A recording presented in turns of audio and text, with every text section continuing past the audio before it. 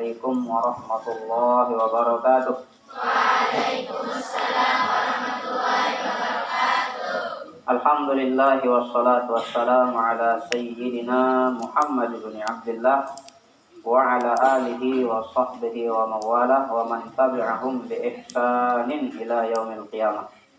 Allahumma aslih ummata Muhammadin sallallahu alaihi wasallam wa farrij an ummati Muhammadin sallallahu alaihi wasallam warham ummata sayyidina Muhammadin sallallahu alaihi wasallam wa ansur wa hfaz wa ayyid nahdatal watani fil alamin bihaqqi sayyidina Muhammadin sallallahu alaihi wasallam. Amma ba'du.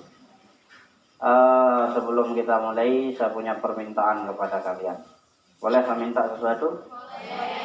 Tolong jangan ngantuk ya. Kasihan loh, saya jauh-jauh datang dari Asrama Putra, kaki jalan ya, sampai sini saya kira ngisi di aliyah saya, ternyata saya dijebak. Pertama saya terjebak, kedua saya dijebak. Terjebaknya pertama karena keputusan pagi ini saya mengisi itu sebenarnya mendadak sekali, makanya saya terjebak. Begitu sampai di sini tiba-tiba disuruh belok kiri, padahal saya kira mau ihdinas siratal mustaqim ke sana ya. Ternyata disuruh belok kiri ke sini, ngisi di Sanawiyah Aliyah katanya. Nah ini saya dijebak kalau yang ini. Kalau tadi terjebak, sekarang saya dijebak. Tadi juga saya dijebak sebenarnya.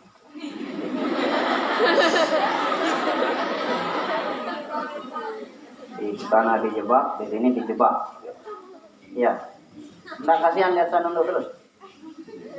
Ya, biar saya angkat aja kitabnya dulu. Jadi ibu-ibu sekalian, rahimakumullah wa hafizakumullah. Kenapa ini keberatan dipanggil ibu-ibu? Ya, kalau keberatan mungkin maunya adik-adik. Baiklah, nenek-nenek sekalian.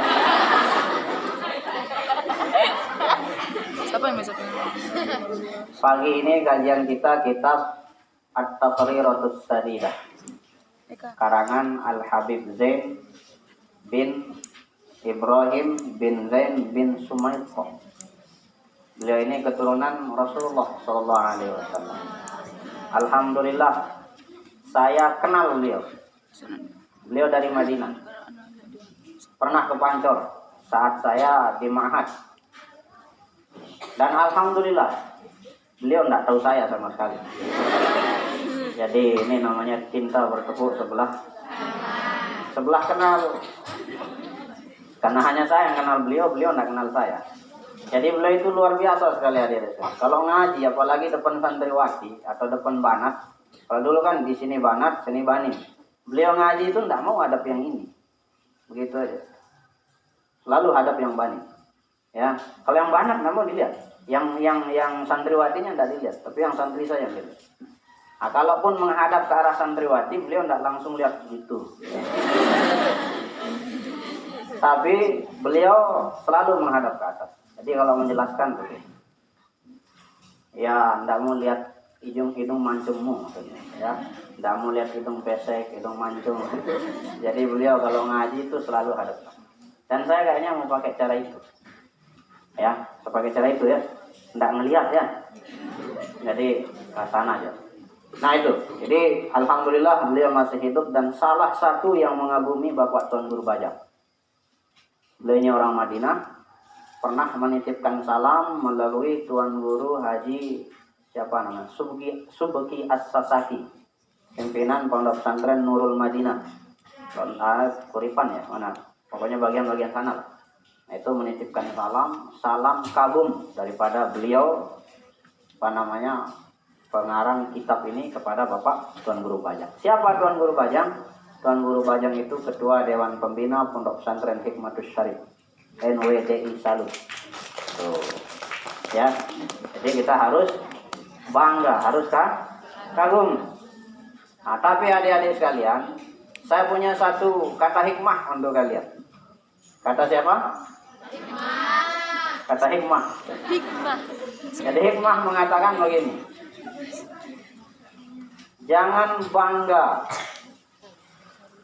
kepada kesuksesan seseorang, tetapi banggalah ketika kita mampu mengikuti bagaimana orang itu bisa sukses. Bangga punya Ustaz Bari di sini. Jangan bangga. Maaf Ustaz Bari. Tolong disensor nanti ya. Maksudnya jangan hanya sekedar bangga dengan memiliki beliau saja. Tapi banggalah bagaimana beliau itu, bagaimana kalian bisa supaya seperti beliau. Paham maksudnya? Bari itu luar biasa. Kalian juga harus lebih luar biasa. Nah, baru kebanggaan itu ada pada diri. Paham ya? Jadi jangan bangga melihat kesuksesan seseorang, tetapi banggalah ketika kita mampu mengikuti bagaimana jalannya orang tersebut supaya bisa jadi orang sukses. Ya itu sebagai mukadimah bagi adik-adik semua, karena saya lihat sudah ada yang mulai matanya mau jatuh. Telah ditahan itu kayak 2 ton berat batu matanya. Ya. Ya. Jadi kajian kita pagi ini mungkin juga sudah pernah disampaikan oleh Ustadz Bari.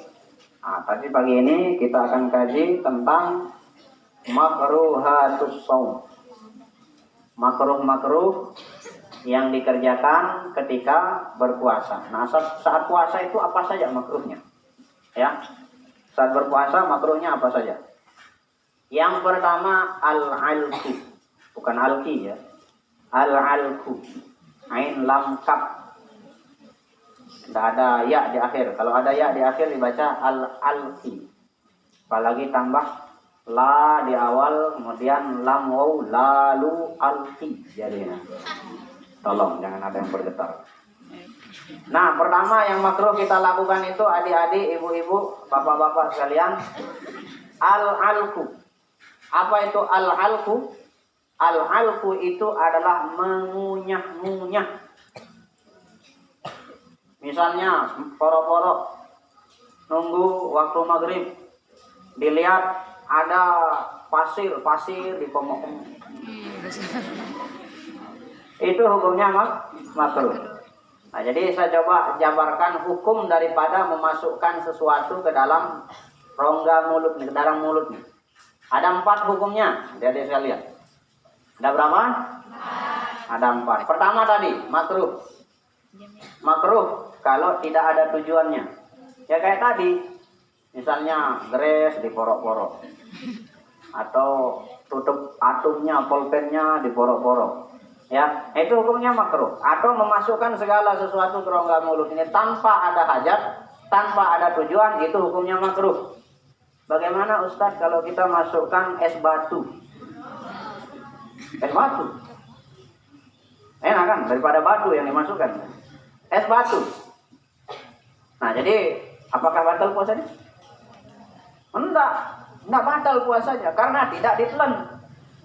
Nah, yang dimaksud di sini itu makruh sekedar memasukkan ke rongga ini tanpa memasukkan ke dalam.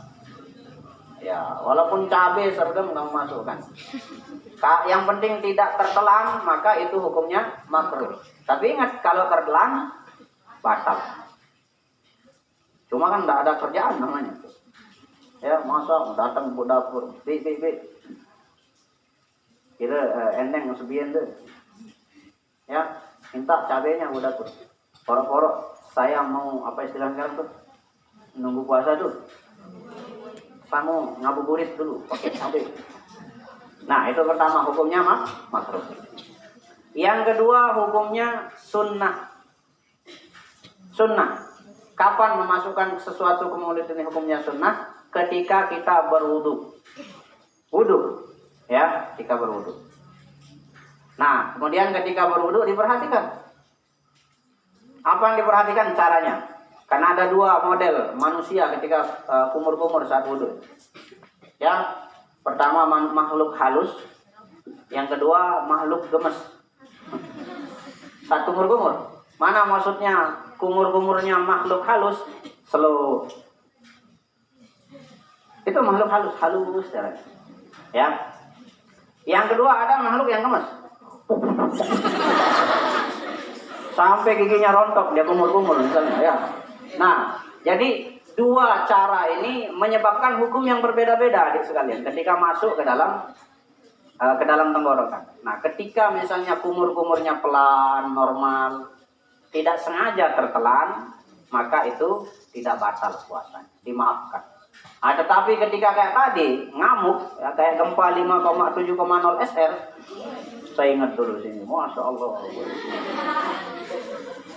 ya, banyak yang salah ucap saat itu. Salah ucap maksudnya saking terkejutnya, ya, lari, dia kan lupa di sini ada lubang. Akhirnya ada yang nyolot, "Ina lubang teri di pak aku," katanya. Ya, masya Allah. Ya, mudah-mudahan tidak terjadi lagi ya. Tidak terjadi lagi. Insya Allah. Makanya kalau asrama putri ini agak-agak trauma, karena saya menemui kejadian itu di sini, bukan di asrama aja. Saya ingat saat itu saya, Ustaz Bari, Ustaz Hamzan, Ustaz Saib di ruang Ustaz Bari, tidak salah. Santriwati sedang hizib. Kami diskusi, karena saat itu uang sumbangan masih ada, kebetulan kami yang pegang. Nah, ini kapan lagi kita pergi ke Sembalun, keliling antar sumbangan ini? Ya, kapan? Ya, kapan-kapan. Hasil putusan rapatnya kapan-kapan. Akhirnya setelah rapat, pulang satu persatu. Ya, Ustaz Said, kemudian Ustaz Hamzan, nggak salah saat itu, kemudian Emi, ya. Yang masih tersisa tinggal Ustaz berdua sama Ustaz Bari. Saya nggak tahu gimana ceritanya Ustaz Bari itu cerita sehingga saya ngantuk.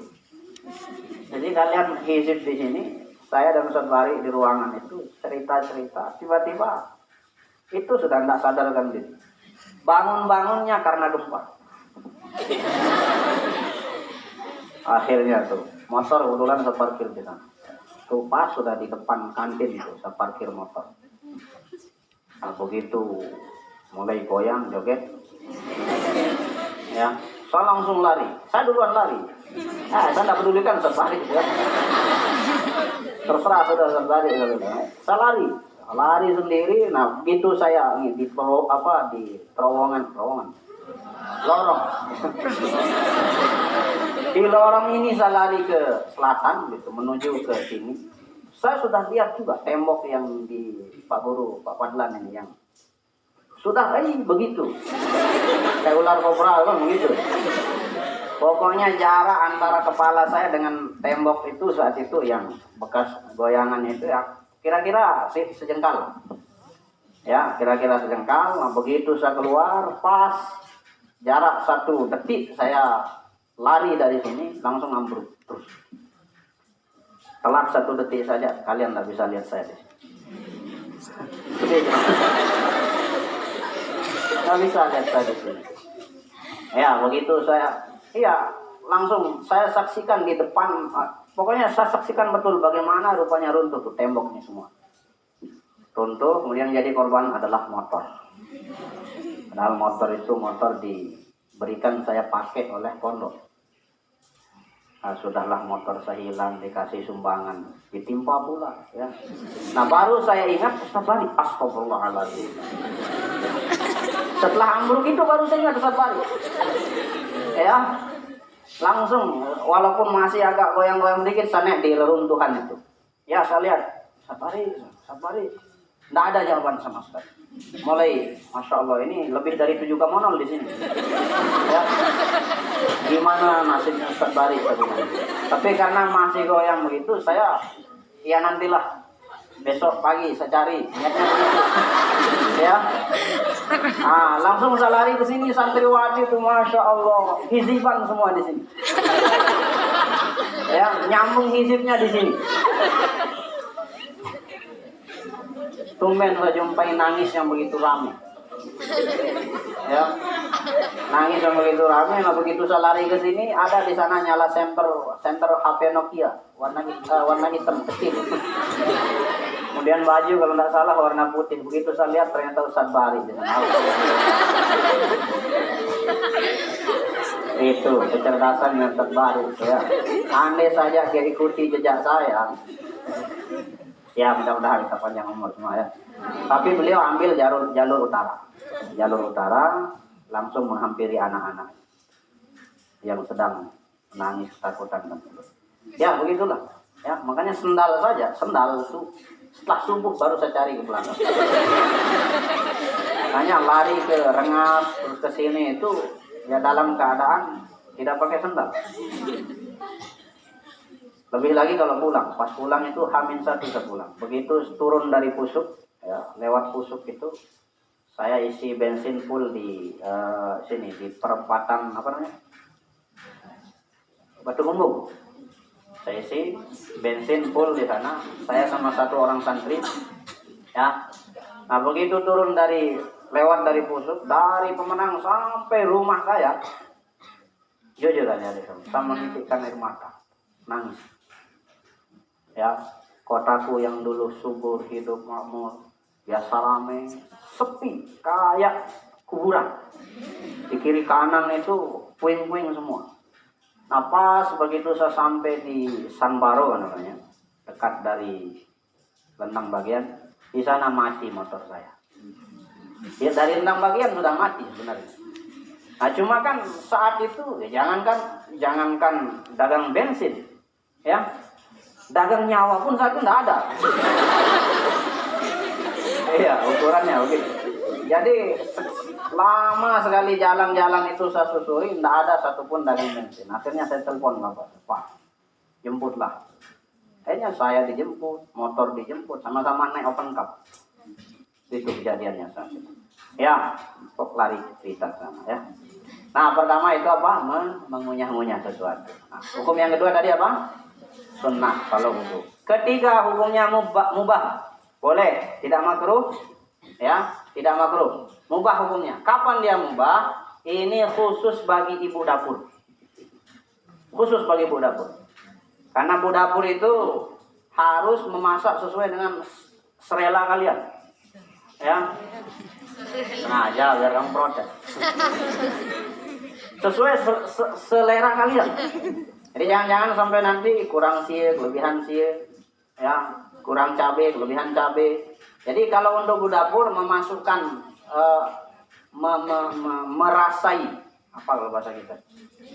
Mencicipi, ya mencicipi, bukan menelan, ingat bukan menelan. Hanya sekedar merasakan ada enggak rasanya di lidah. Itu hukumnya mubah.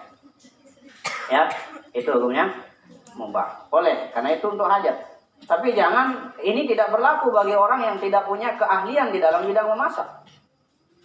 Ya, orang yang tidak bisa masak sama sekali, tidak tahu rasa sia, rasa gula, itu kamu suruh nyicipi, maka bagi dia hukumnya makruh. Tapi bagi orang yang ahli, punya hajat seperti ibu dapur, itu hukumnya mubah. Nah, kemudian hukum yang terakhir itu membatalkan puasa. Kapan? Ya kayak tadi, nyicipi tapi ditelan. Ya, atau kayak tadi yang pertama sunnah wudu airnya tapi ditelan, itu membatalkan puasa. Atau yang pertama tadi tidak ada kerjaan tuh, pasir, batu, kelereng dimasukin ke sini, kemudian ditelan, itu membatalkan puasa. Nah ini sebenarnya sudah pernah kita bahas juga di musola sini dulu. Saya ingat di sini musolanya. Lalu kemudian pindah ke sana. Sekarang ke sini. Nanti di sana. Salahnya ya. Nah, kemudian Ustaz bagaimana dengan ludah? Pak Ustaz, bagaimana ludah Pak Ustaz? Bagaimana dengan ludah? Nah, ludah itu boleh ditelan, tidak membatalkan puasa dengan syarat. Dengan syarat. Pertama, air liurmu sendiri. Kalau kau ketawa ya. Air ludahmu sendiri, ya ludah sendiri. Sekalipun ludah tapi minjem ya batal puasanya. Tinggal main, pinjam main. Nah itu pertama ya. Yang kedua, belum bercampur dengan sesuatu. Belum bercampur dengan sesuatu. Sekalipun ludah sendiri tapi ada campurannya. Ya campurannya mungkin gula, terasi, ya dicampur kemudian ditelan, maka itu membatalkan karena sudah bercampur. Jadi syarat yang kedua itu selain ludah sendiri juga harus bersih, tidak bercampur dengan sesuatu apapun. Nah yang ketiga syaratnya itu belum keluar dari gitu semua. Jadi belum lewat dari yang kelihatan nih. Kalau ada yang terlewat, misalnya sampai sini lalu kemudian, nah itu bisa menyebabkan batal puasa. Jelas ya? Nah itu yang pertama. Kemudian yang kedua, yang makruh itu dzauqut ta'ami biduni hajatin. Makruh yang kedua itu adalah mencicipi, merasakan itu yang tadi itu makanan itu tanpa ada hajat. Nah, makanya tadi saya katakan kalau untuk dapur itu mubah hukumnya. Tapi kita yang tidak punya hajat ini hukumnya makruh ya. Biduni ma'a adami wusuli syai'in ilal jawfi, tanpa memasukkannya ke rongga. Nah, tapi kalau memasukkan ke rongga berarti hukumnya puasanya batal. Paham teman? Yang ketiga al-ihtijam. Al-ihtijam. Hijamah. Apa hijamah? Tuh nyedot darah tuh namanya. Apa? Bekam, ya. Berbekam itu hukumnya makruh bagi orang yang khawatir kalau ketika dia berbekam semakin membuatnya lemah saat puasa. Begitu disedot darahnya pingsan tiba-tiba ya. Nah, maka bagi orang yang seperti itu hukumnya makruh. Tidak sampai membatalkan puasa. Nah, sebagaimana berbekam itu makruh, maka membekamkan orang juga hukumnya makruh. Paham ya? Itu yang berapa? Yang ketiga. Kemudian yang keempat, majul ma'i ba'dal iftar. Biasa nih kalau buka puasa pakai air minum atau pakai air es atau pakai air siur. Sunnahnya buka itu pakai apa? Kurma itu kurma yang di mana? Kurma itu ada 3. Jadi perhatikan urutan sunnahnya. Pertama sunnahnya pakai kurma, betul. Kurma witron katanya. Witron itu artinya ganjil. 1, 3, 5, 7 dan seterusnya. Ya, tapi kalau 99 keterlaluan. Ya, pertama pakai kurma yang ganjil. Ini sunnahnya. Ya walaupun ada yang kasih 2 nanti, enggak sunnah itu. Enggak boleh gitu ya. Gara-gara enggak sunnah kemudian enggak diberi, enggak mau nerima. Nah, ini yang pertama. Nah, kemudian kurma yang seperti apa yang paling pertama? Kurma yang pertama namanya rutob. Kurma apa? Rutob. Apa arti rutob? Kurma yang masih basah. Kurma yang basah tuh. Pokoknya lumer-lumer begitu. Pak, jangan nanti batal puasa. Makruh ini cerita-cerita gitu. Ini yang pertama, kurma rutob namanya. Rutob itu kurma yang basah, pokoknya masih lumer-lumer begitu. Kelihatan. Waduh, ini telur semua. Kemudian yang kedua ada namanya kurma buser, bukan busur. Nah, busur desa saya. Kurma buser. Busrun, tapi kita bahasakan ke Indonesia namanya kurma buser. Buser itu apa? Kurma yang baru matang. Yang masih mungkin ada warna kuning, warna hijau. Tapi di Indonesia jarang kita jumpa. Ya, ini sunnah yang kedua. Sunnah yang ketiga, kalau tidak dapat yang pertama, kedua, yang ketiga pakai. Apa itu yang ketiga? Kurma tamar namanya. Apa? Tamar. Bukan camer. Camer cara mertua. Tamar. Apa itu tamar? Kurma kering. Kurma gerung. Kalau tidak tahu kurma kering. Bukan bage maksudnya. Kurma kering. Nah, ini yang ketiga. Kalau tidak ada kurma yang ketiga ini sunnah menggunakan yang keempat. Apa itu yang keempat? Ma'u zamzam. Air zam-zam. Air apa? Air zam-zam. Ada yang punya air zam-zam di sini? Tidak ada. Ya kalau tidak punya air zam-zam, 1 tidak ada, 2 tidak ada, 3 tidak ada, 4 juga tidak ada, maka yang kelima. Ma'uliko kumbi. Yang kelima itu boleh menggunakan air biasa. Air liko kumbi boleh. Air eratin juga boleh kalau memang dia bersih ya. Asal jangan air raksa, air racun dan seterusnya. Nah, itu yang kelima sunnahnya, urutan orang menggunakan berbuka. Yang keenam, kalau tidak ada juga air liko kumbi misalnya sap ya geru ya, atau tidak bisa naik air liko kumbi itu, yang kelima pakai. Yang kelima itu apa? Hulwun. Apa itu hulwun? Sesuatu yang manisnya alami. Kayak kamu. Pernah nggak lihat? Ya, manisnya alami tanpa buatan. Contohnya apa? Apa contohnya? Madu. Ya, madu itu manis tanpa dibuat-buat, alami. Atau kemudian buah anggur. Itu juga manis alami. Nah, itu namanya hulwun. Manisnya manis. Baru kemudian kalau ini juga Anda punya, Insya Allah luar biasa ini. Kurang sekali keluarganya. Baru kemudian yang terakhir menggunakan halwa, bukan jihan halwa ya. Halwa, apa artinya halwa? Halwa itu manis, tapi melalui proses. Kolak, es. Ada es yang tidak dibuat dulu? Ya, aduh, apalagi es buah ya. Ada apelnya, ada anggurnya. Waduh, maaf, bukan maksudnya untuk menggiring. Nah, itu urutannya. Pertama berbuka pakai rutop. Apa? Nah, kalau tidak ada rutop pakai buser. Busrun, ba sin ro. Kemudian kalau tidak ada buser pakai yang ketiga apa? Tamar. Bukan tamarin. Kalau tamarin pakai ya. Tamrun, tamar. Kemudian kalau tidak ada tamar pakai air zam-zam. Kalau tidak ada air zam-zam, air biasa. Kalau tidak ada air biasa, hulwun. Kalau tidak ada yang hulwun, halwa. Nanti kalau tidak ada yang 6 ini, cari aja tuh sih halwa. Nah, khusus ketika kita berbuka dengan air, kita minum kan pakai air. Nah, makruh hukumnya air yang pertama kali kita minum itu kita keluarkan lagi. Kenapa? Karena berkahnya kita berbuka itu ada pada santapan yang pertama itu. Nah, air yang pertama kali masuk itu adalah air yang sangat berkah yang digunakan untuk berbuka. Nah, maka seolah-olah ketika dia mengeluarkan lagi, dia membuang keberkahan. Paham ya? Jadi nanti kalau minum yang pertama kali langsung sudah minum. Ya, banyak pagi-pagi sudah bahas minum. Ya, jadi lapar lagi si Agnes Monica. Ada namanya Agnes Monica sih kan? Ya, itu yang keberapa itu? Waduh, ini banyak adik-adik sekalian. Batas kita sampai 6:30. Di sini sampai jam berapa biasa kita? Jam 6? Jam berapa? 6:30. Ya, kita harus konsisten. Nantilah insya Allah kalau ada jodoh seksi ini lagi ya kita lanjutkan ya. Tapi kalau memang tidak ada nanti tidak apa-apa. Dan mohon lanjutan daripada hal-hal yang memakruhkan.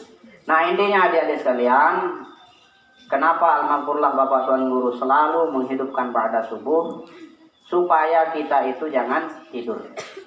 Ya, di dalam kitab Taqrir Al-Fawaidul Mukhtarah itu disebutkan an-naumu lailan yu'inu syakhsu ala ihya'i ma ba'da subhi. Tidur malam itu akan membantu kita untuk bisa menghidupkan waktu setelah subuh. Artinya, kalau Anda tidur malam, sebenarnya haram hukumnya tidur setelah subuh itu. Nah, kalau hukum asramanya ya. Artinya, karena kalau kita sudah tidur malam, itu membantu kita untuk menghidupkan waktu setelah subuh. Paman nama al-laila kullaha. Siapa yang tidur satu malam penuh, ya, fa'ahya ba'da subhi, kemudian menghidupkan waktu setelah subuh, wa fadzalika afdal, maka itu lebih baik daripada malamnya full dia ibadah tapi setelah subuhnya tidur. Tuh, kalau disuruh pilih ada berapa? Jadi ada dua model. Pertama itu modelnya cara kita ya. Cara orang pertama ibadah di malam hari juga ibadah setelah subuh. Ini yang mantap tap. Ya, ini yang bagus. Ya, malamnya ibadah, ngaji, tahajud dan seterusnya. Setelah subuh juga ikut ngaji, yang bagus.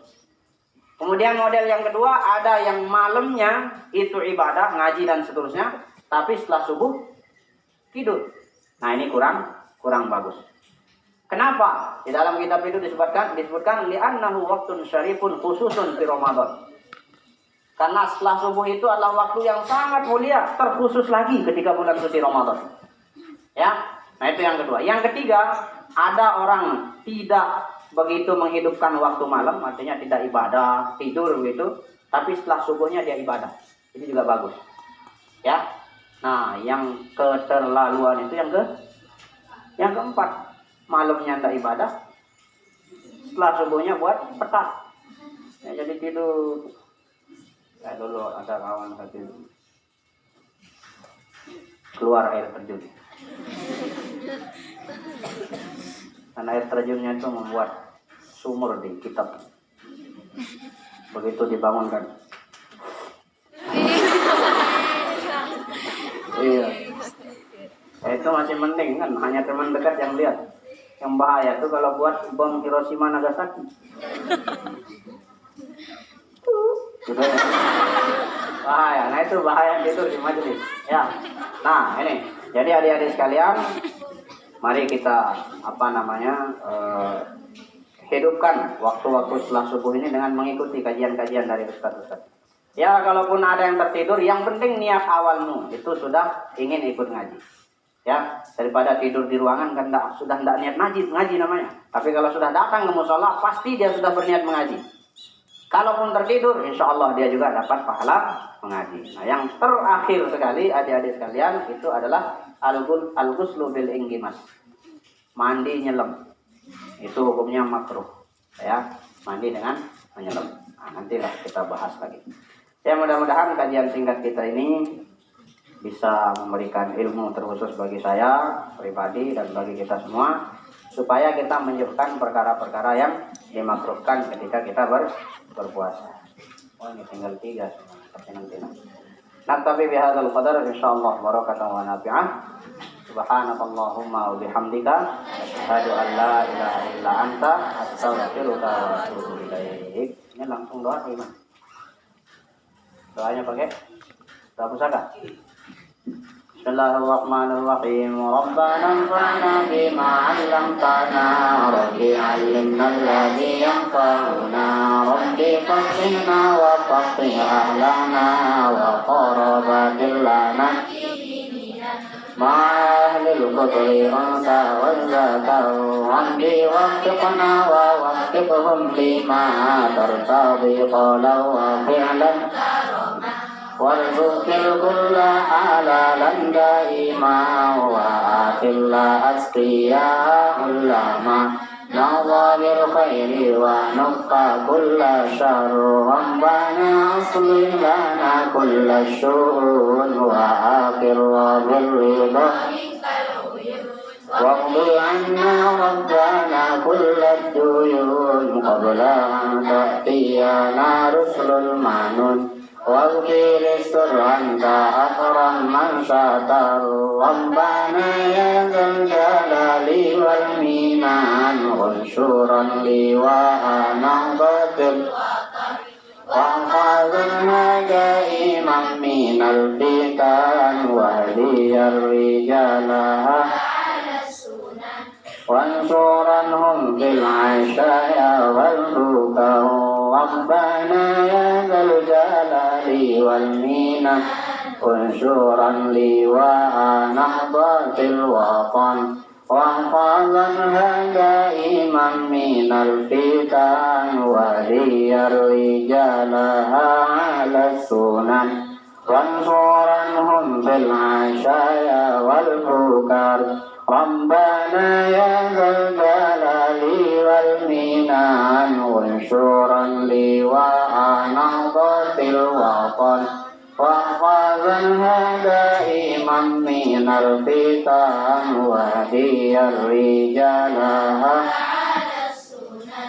وانصرنهم في العشايا والبكار وصلاة الله تغشى المصطفى من إلى الحق دعانا والوفا بكتاب فيه للناس شفاء وعلى الكرام الشرفاء وعلى الصحب المصابيح الغرر أمررتك فانسبحت أروات الجيش بماء هامير على معاشي ومعادي وعلى ذرياتي وبطيني وظاهري أمررتك فانسبحت أروات الجيش بماء هامير على معاشي ومعادي وعلى ذرياتي وبطيني ظاهري أمررتك فانسبحت فيها الحصى أروات بماء هامير على معاشي ومعادي